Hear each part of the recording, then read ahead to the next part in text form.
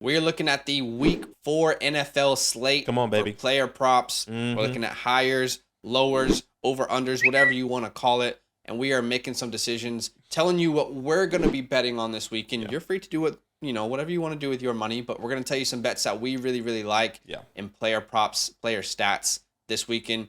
And a lot of good matchups. I'm excited to talk about this. I feel pretty good about the 5 that I'm choosing. It's hard to choose 5 and really hit on them, but I'm going to try it again this week.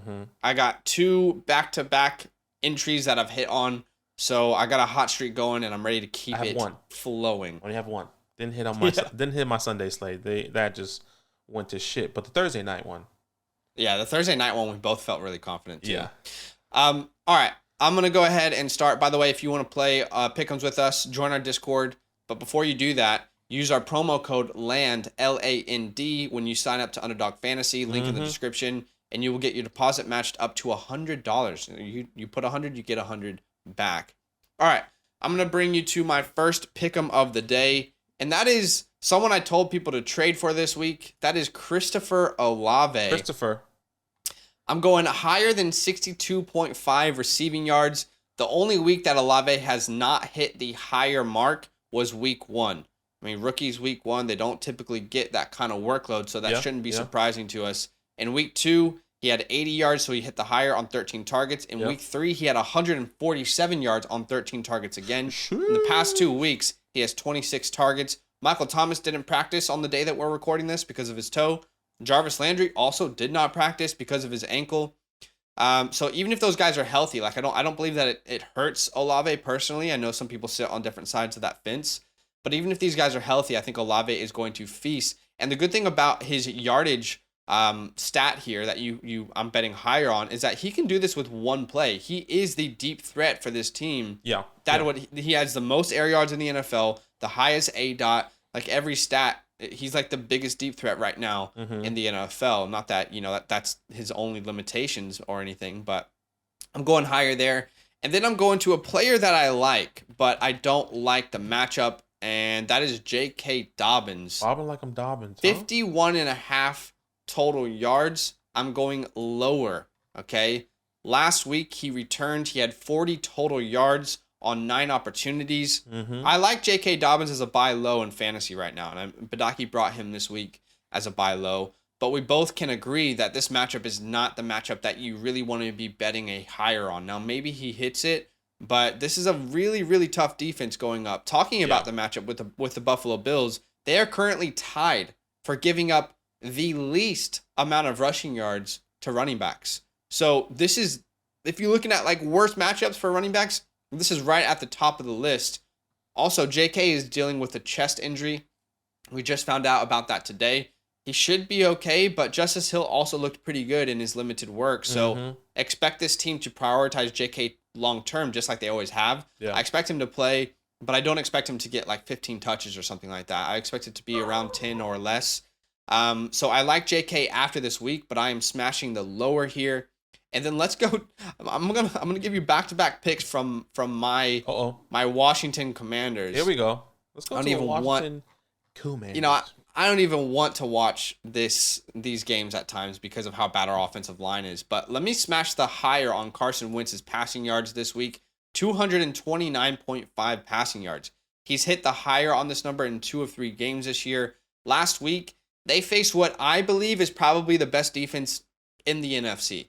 In the Philadelphia Eagles. Like, they were completely locked down against the Vikings. They did the same thing to us. Our offensive line could not keep Carson Wentz on his feet. And now Dallas, they got a couple defenders on that line who are dealing with some injuries. But I think that this team is going to try to adjust. Let's get the ball out a little bit quicker. Our offensive line is not in a position where it can keep him up. But again, our defense, one of the worst in the NFL right now, giving up a ton of yardage, a ton of points. Carson's going to be on the attack trying to come from behind, and he's averaging a bunch of passing attempts per game. Right now, he averages 287 passing yards per game. With McLaurin, Samuel, Dotson, Gibson, McKissick, there's enough there that he should be able to hit this 229.5 passing yard mark. It's very, very possible for Carson Wentz, and I fully anticipate us being down in this game. And then we're going to stay in the same matchup here with the same team. And I'm going Antonio Gibson. I'm going to go lower than 74.5 total yards. Okay. The rushing and the receiving. In week 1, I felt like I was living a dream because this is how I wanted Antonio Gibson to be used since he was drafted in week 1. It was incredible the way that they were using him, right? Had 7 receptions on 8 targets, looked great on the ground. In the air, he was a weapon. He had 130 total yards. I was like, wow, they're finally using him properly. And in the past 2 weeks, they were like, hey, everything that was successful, let's throw that away. Let's not do that. And they have avoided it. In weeks 2 and 3, Gibson is averaging 40.5 total yards per game and just 2.5 targets per game. If you're a Washington fan like me, you probably don't have hope in Rivera to use Gibson properly because he just has shown that he's inept in figuring out how to. Right. And I don't really think that Washington cares all that much about Gibson's success.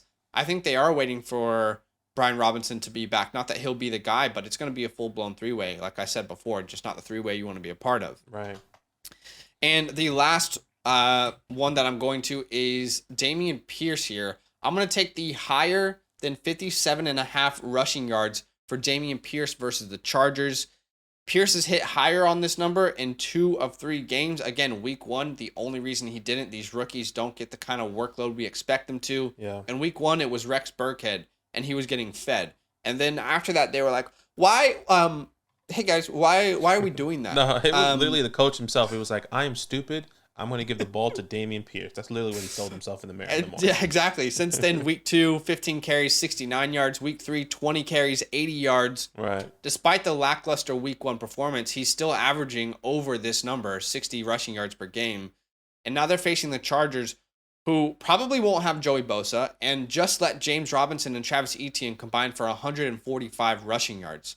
So obviously, the game script will be different, but right now, this Chargers defense is not what they promised they would be in the offseason. Game script could look different, of course, but Pierce is going to be a focal point of this offense. And any player that has a chance to touch the ball 20 times, I'm gonna probably bet the higher on his number.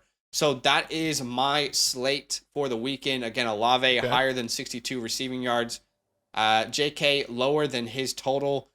Higher on Carson, lower on Gibson, and higher on Dameon Pierce. I'm going to put $10 in there, and let's hope we end the week with $200. Okay, it's not going to let me put it through right now. I will put this through whenever I figure out my computer. But that will be my slate this week. What are you looking at, Badake? All right, let's go to my first game here, which is the Buffalo Bills and the Baltimore Ravens. Okay. Give me Josh Allen higher than 285 passing yards right now, okay? Okay. Not only do the Ravens give up the most fantasy points to opposing quarterbacks, they also give up the most yards to opposing quarterbacks.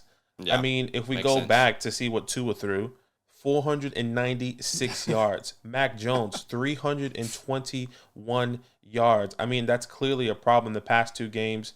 Let me just double check one more time. I'm pretty sure. This is actually a really good one. I'm pretty sure Joe Flacco went crazy. 309 yards in week 1 for Joe Flacco. You're telling me Josh Allen can't throw more than 285.5 yards? Right. I mean, you give it to Josh Allen. And kind of like what we did with Thursday night, if you're betting on the quarterback, you also bet on his wide receiver. Stephon Diggs, higher than 83.5 receiving yards. Once again, we saw what Tyreek Hill did against the Ravens. We saw what Jalen Waddle did against the Ravens. We saw what Elijah Moore, Garrett Wilson combined did against the Ravens as well. Devontae Parker had nearly 200 plus yards against the Ravens. If you bet on the quarterback, you also bet on the wide receiver. Both of these guys are going to go off, in my personal opinion. And there's no stopping. Even when they're up, we saw in the Tennessee game, they were up like 20 plus points, and they were still throwing the ball. Like, the focus is not to run the ball when they're up, to run the clock out. I was like, nah, they don't care. We're still going to beat you in the air no matter how much we are up by. Okay. We're in a point right now where it's like you can't bet enough on the Bills to hit higher than numbers. I think this is what I want to do. I want to bet on the Bills. I want to get some money. Yeah. Let's get some money, right? I like it. Let's scroll down here. Let's go to the other side of the ball. Let's give it to Lamar. Higher than 57.5 rushing yards. Look, Lamar has been averaging 81 rushing yards in the last 3 games, and the Bills' defense is no joke. Right? I mean, it's no joke, and I think this is what's going to be scary. I can't trust Bateman. I can't trust Duvernay. The only one I can really trust is Mark Andrews. But at the same time, I don't think I want to do that this week against this defense. But what you do know is that Lamar is going to run the ball. That's what's guaranteed, right? If he doesn't throw the ball, then he has to run the ball. And J.K. Dobbins is still coming back from injury. He's still trying to get acclimated. And like what Zach said, he's doing the lower because he's not going to be the guy that's rushing. It's going to be Lamar. This past week, Lamar ran for 107 yards against New England Patriots. Against Miami, 119 yards in the past 2 weeks. I think we had to give it to Lamar. I think he's going to be he's probably going to be running for his life, to be honest. He may not have the best game, but he will, in my opinion, get the yardage. So give me higher than 57.5 rushing yards. And I'm only going to do 4 for you this week. Okay. Because 5. That's what you're comfortable with. That's fine. Yeah, exactly. It's what I'm comfortable with. I don't want to go too much. I don't want to, put my money out there too crazy. Let's go down to the Seattle Seahawks. Okay. It's all the way down to the Seattle Seahawks here versus the Detroit Lions. Give me Tyler Lockett higher than 61.5 receiving yards. Okay. Both of these guys. And I think you can either do it for DK or Tyler Lockett, right? Yeah. I mean, the Lions give up right now the 7th most yards to wide receivers. Geno Smith has been feeling really comfortable targeting DK and Lockett. I was wrong about this in the fantasy perspective, right? I've been saying, I can't trust Geno. I don't want this. I don't want to put my money or, my fantasy team into this. But the last 3 games, he's been doing it. Tyler Lockett in the last 3 games, averaging 70 yards per game. Outside of week 1, where it was just completely terrible. We all saw that Monday night game against Russ or Sunday night game against Russ, if I'm not mistaken.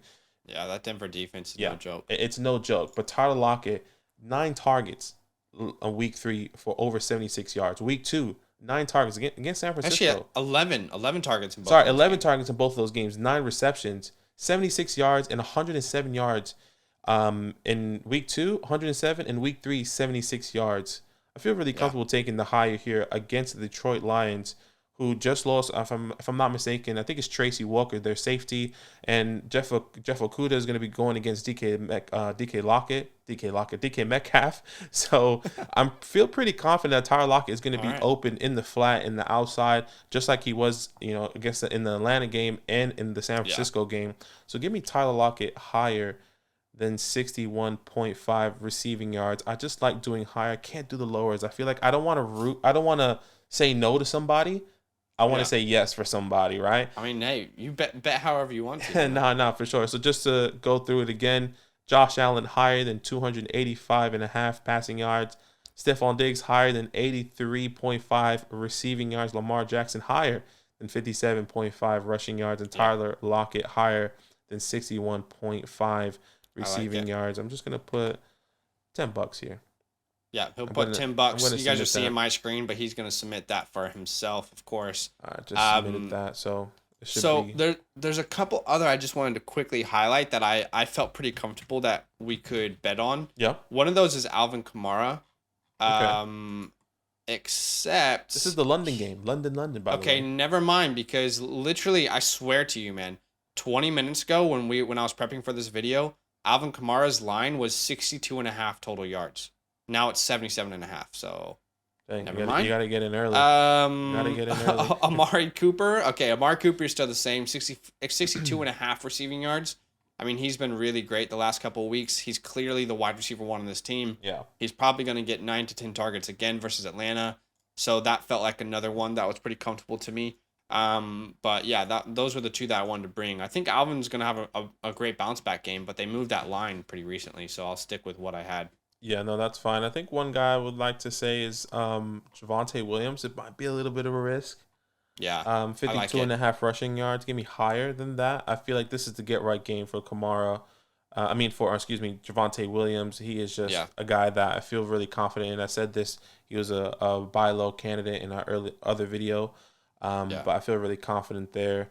Josh Jacobs lower than 63.5 rushing yards. I feel really confident there as well. I think those are the two guys I feel really good about as of right now. Yeah, by the way, Javante's averaging over 19 touches a game. When this offense starts to figure it out, and they will figure it out, I mean, he will be lethal in fantasy. All right, guys, those are our picks. Again, use our promo code LAND, LAND. That's right. If you want to support the channel as well as get some free money in return when you're doing your deposit and sign up, link is in the description to sign up. Join our Discord. Let's talk about some pick'ems together. Good luck this week. Good luck. And hopefully we're riding another hot streak next week. Hopefully. Yo, what's good? Thanks for watching. We got a lot more videos. A lot more. If you want more videos. Watch it. You can also subscribe. Right now. If you want to. You need to. And lastly, don't forget that you can sign up to support the show and get exclusive content by going to patreon.com/fantasylandfam.